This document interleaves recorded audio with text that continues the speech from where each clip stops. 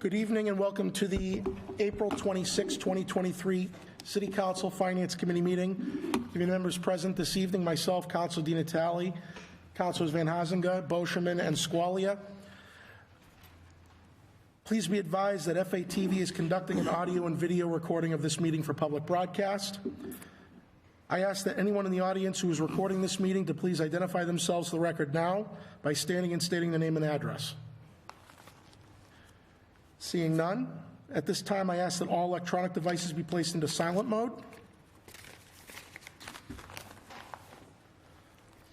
And President Zarella has arrived. The public has been advised to contact the City Clerk's office regarding any comments of no more than 2 minutes. There are no submitted written comments and there is no one on Zoom. I invite anyone in the audience who wishes to speak on any matter before the Finance Committee agenda to please approach the podium, identify yourself by name and city of residence, and identify the agenda item on which you would like to speak, and then you may speak on it for no more than 2 minutes. Jacqueline Wetchy, Fitchburg resident, speaking on agenda item 100-23. A well-run vaccine clinic abides by the principles of informed consent, but the Fitchburg clinics have not disclosed the side effects of the shots even when asked. They also paid people to get the shots, which for those in desperate straits impinges on free will. While children are not competent to make medical decisions, the shots have been marketed to them so they will pressure their parents. For instance, at the clinics held in the library, only vaccinated children could get pizza, snacks, books, $75 gift cards, and a raffle ticket to win prizes like bicycles.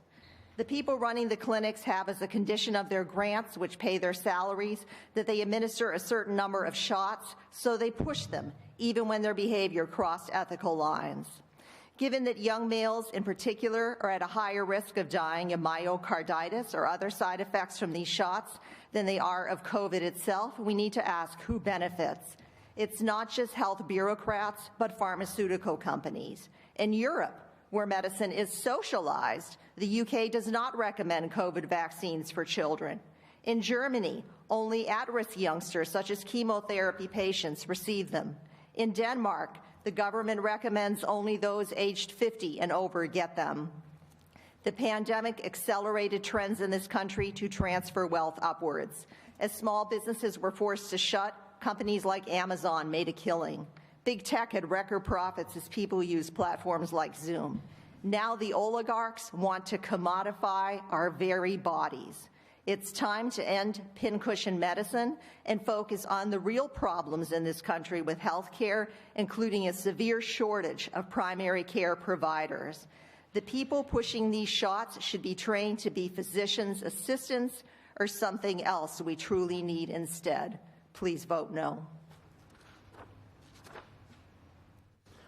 Anyone else in the audience wishing to make public comment?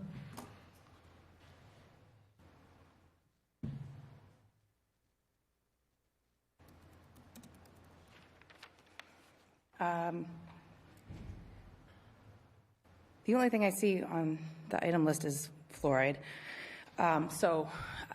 Please state your name and Yes, city of residence. Jessica from Fitchburg, Jessica Jacobson. I just want to say... The Finance Committee meeting. This is the fluoride's the next meeting. Oh, Yeah. I'm in the wrong meeting then. Yeah.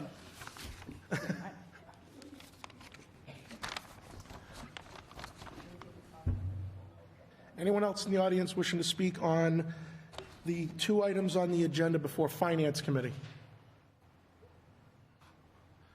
Seeing none, we'll move on to the agenda. 100-23, order that the City of Fitchburg hereby approves the expenditure of funds from the Best Value Grant in the approximate amount of $135,000 for the purpose of said grant, which is to continue providing staffing for various vaccine clinics and to continue providing outreach and collaborate with key stakeholders. We have Director of Public Health, Steve Curry, here. Would you like to?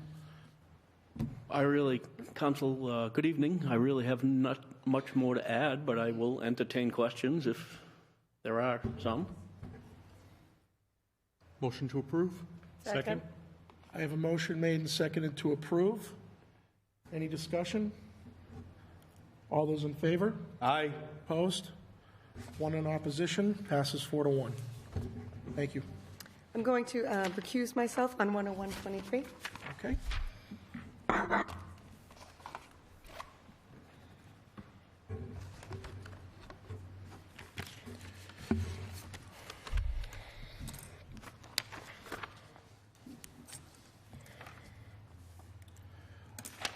Next and final item on the agenda, 101-23. Order that the City of Fitchburg hereby approves the expenditure of funds from the Federal Aviation Administration Bipartisan Infrastructure Law Grant in the approximate amount of $256,491 for the purpose of said grant, which is to perform an environmental assessment and wildlife hazard assessment on the airport property. A letter here from Airport Manager Peter Kettle to the mayor. The acceptance of this grant from the FAA will enable the Fitchburg Municipal Airport to use said monies for the EA and WHA environmental assessment and wildlife hazard assessment to be performed by Gale Associates, which we need to do prior to any further development work being completed on the airport and in line with the airport master plan development in conjunction with the FAA requirements. The local share for this grant is $10,956.75, which will be paid for from airport funds. Mr. Kettle, I have one question for you, if you don't mind.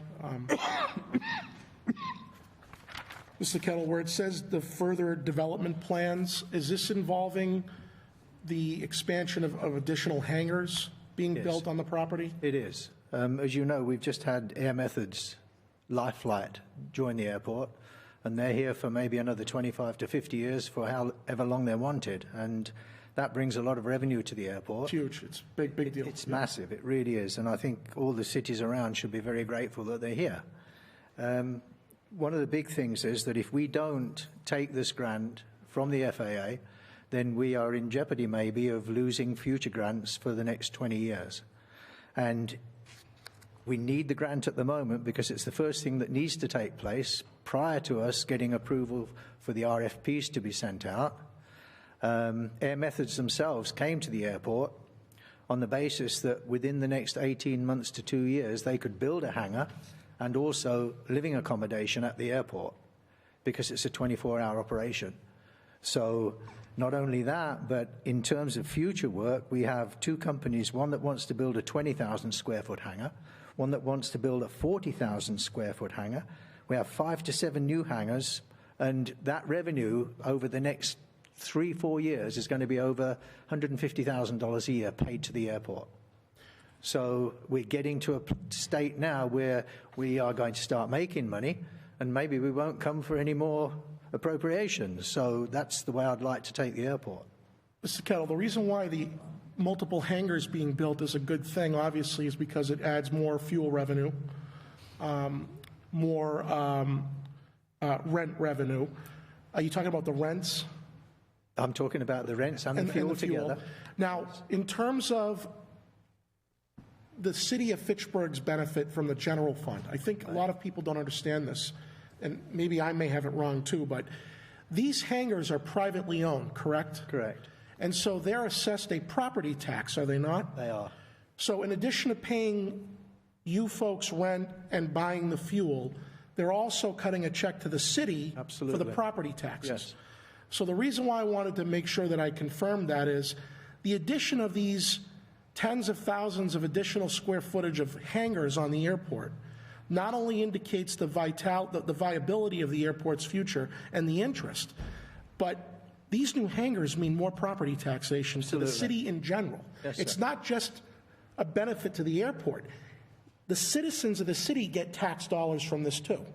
And I just want to make sure that's clear because far too often many constituents of mine just think that it's only supporting the airport and the general city at large doesn't get any kind of benefit. Even though if they weren't paying property taxes, there is a benefit. We've explained it many times. There is a financial benefit to the residents in that it adds that taxation onto the rolls, Yes, sir. which benefits everybody. Absolutely. Pays for public safety, schools, everything. So the expansion of this airport with all these new hangars being built or in the plans to be built, I mean, we're going to make this $250,000 back in several years. And, you know, I don't even look at it as if we don't accept the grant, the FAA won't give us any more. It's our federal tax dollars coming back here. And if Yes, we it don't is. want it, they'll just give it to some other airport. They don't care if we take it or not. It's take it or leave it. And considering the amount of development and new taxation as a result of this grant, we'd be foolish not to take it. So that's my opinion on it. Anybody else wishing to ask any questions? Councilor Boschman? Hey, I was reading your letter and the grant thing. I was under the impression when you talked about wildlife, I thought it was going to be a 10-foot fence you want to put around the place to stop the deers from coming in. No, it's not really that. We may have to get depredation permits to actually remove them by force. We had an incident 2 weeks ago where a deer actually ran across the runway right in front of a person landing the aircraft. The deer went to the spar on the right-hand side of a Cessna 172, and the neck went around the top and the body went around the bottom, and it snapped its neck immediately. The spar was bent, they landed safely, they got away. But at certain times, we'll have 27 deer on the runway. Yeah, I know, sure. Flying around, when you're flying around. So this looks at the total wildlife on the airport, the Canadian geese that come in, foxes, any type of wildlife on the airport. And it's a one-year development program where they get the specialists come in and they, down there at night, they're down there maybe 10, 12 hours a day just looking at what's happening at the airport. So in your answer to the question about the fence is on the CIP, which is the Capital Improvement Plan. And within the next 3 to 4 years, we should get a new 10-foot fence all the way around the airport, including along the edge of the river. And I asked the question, well, will the deer cross the river? And the guy from the USDA said, Mr. Kettle, they actually move over from New York across the Connecticut Sound into Connecticut. They cross that river swimming it, the river, the salt water. So, yes, they can get onto the airport. So that's what the wildlife hazard is. And the other thing that made me put a smile on my face, and I'm hoping you're right on this, will be paid from the airport funds. The $10,250 will be paid from the airport funds. $10,000, $11,000 around it off. $11,000, yes. Will pay from the airport funds? Yes. All right. And the other thing I was going to say, well, I know you give us $50,000 every year. I think that ought to go up too, personally. But we'll take that up at the budget time. I'm going to make a motion, unless you got a question, make a motion we accept. I'm going to trust you, Pete.